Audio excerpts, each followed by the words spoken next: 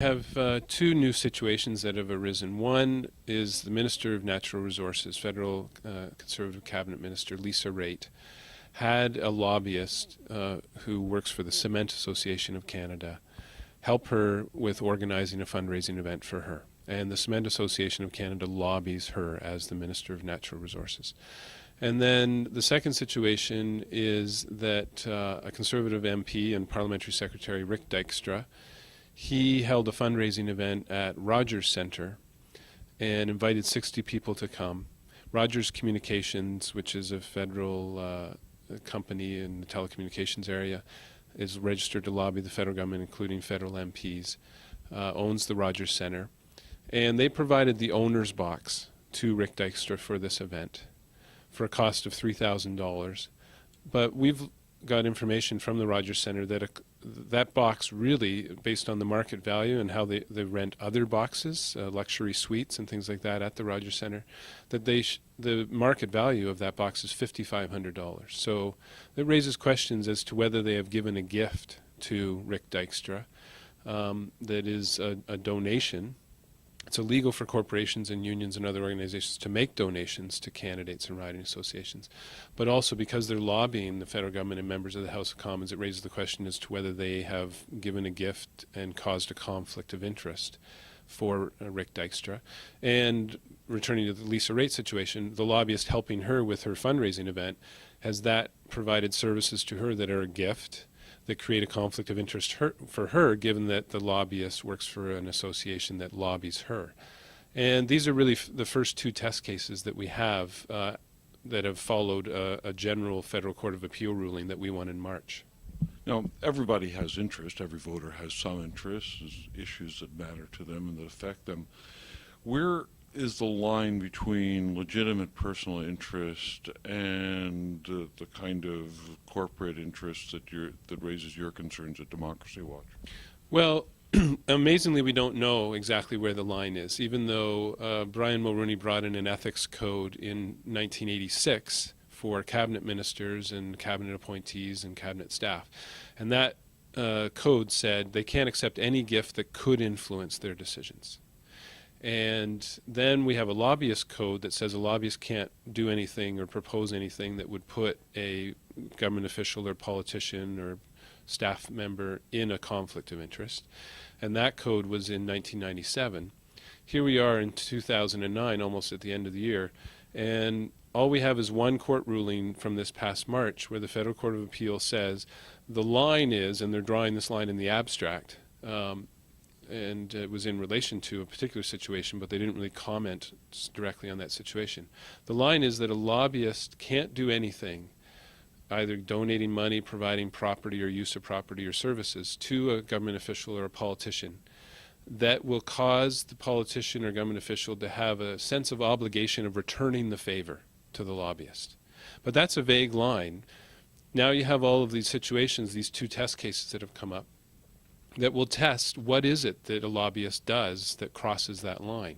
And slowly over the next couple of years, we'll have the Ethics Commissioner, the Lobbying Commissioner, and Elections Canada Commissioner drawing the line and saying what is legal and what is illegal in terms of making a contribution to someone's campaign. So this will be actually a precedent for these commissioners to draw these lines. They just haven't existed up until now?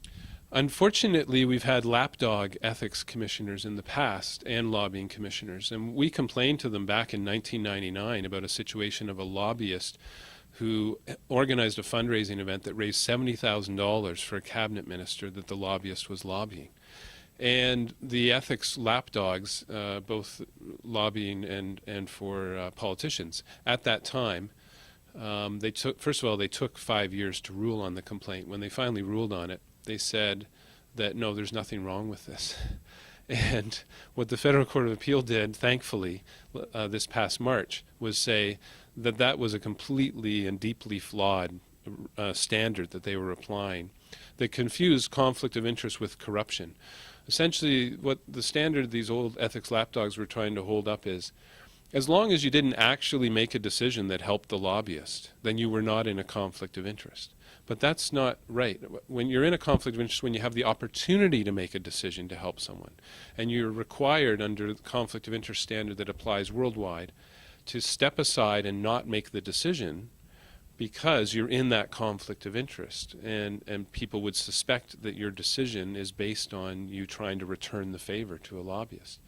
So again, we now have this general ruling after Democracy Watch struggling for 10 years in court, and the Federal Court of Appeal has set this standard, and now the new commissioners that are in place have to apply it, and we'll see how they apply it case by case.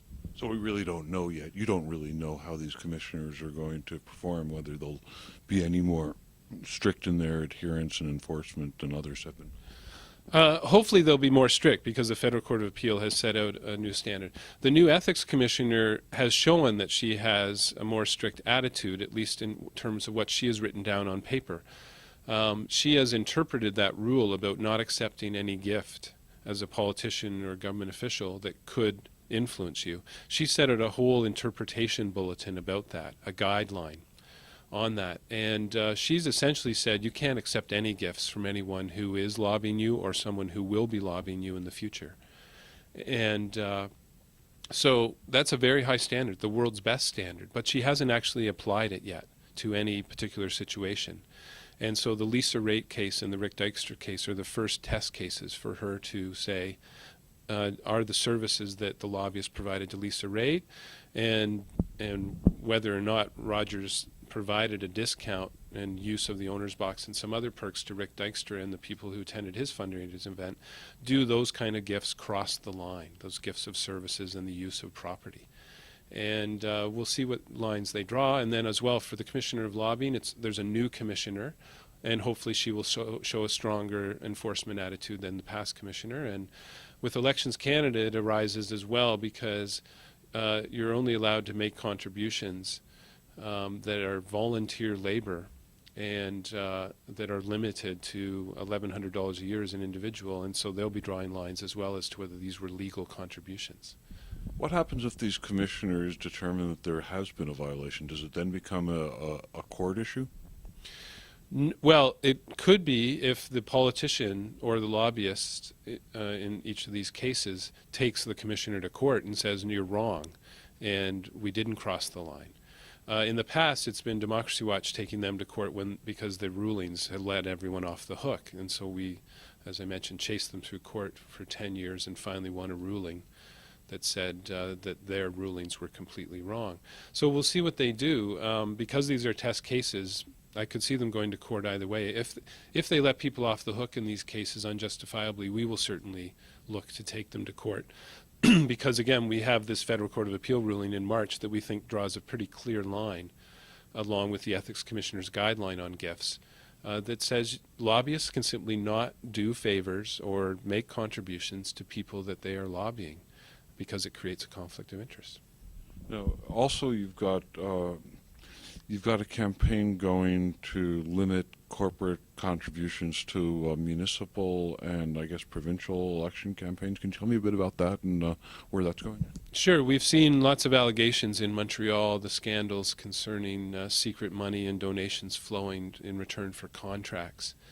And there's lots of talk in Quebec about restricting donations, changing the political finance system there. And in Ontario, they've just introduced a bill to make changes to the city and town, the municipal politics finance regime for the province and all the cities and towns throughout Ontario. So what we're pointing out is the loopholes that the Ontario proposals have made and some of the loopholes that haven't been addressed in Quebec. Quebec has had at the provincial level a limit on donations for individuals that dates back 30 years. René Lévesque brought it in. Always said it was one of his proudest achievements. And Quebec has banned corporate and union and other organization donations since then. That's a good thing, but they've left open loopholes that allow for secret donations still to be made of unlimited amounts of money, property or services. And Ontario is doing the same thing with the municipal, the change to municipal law that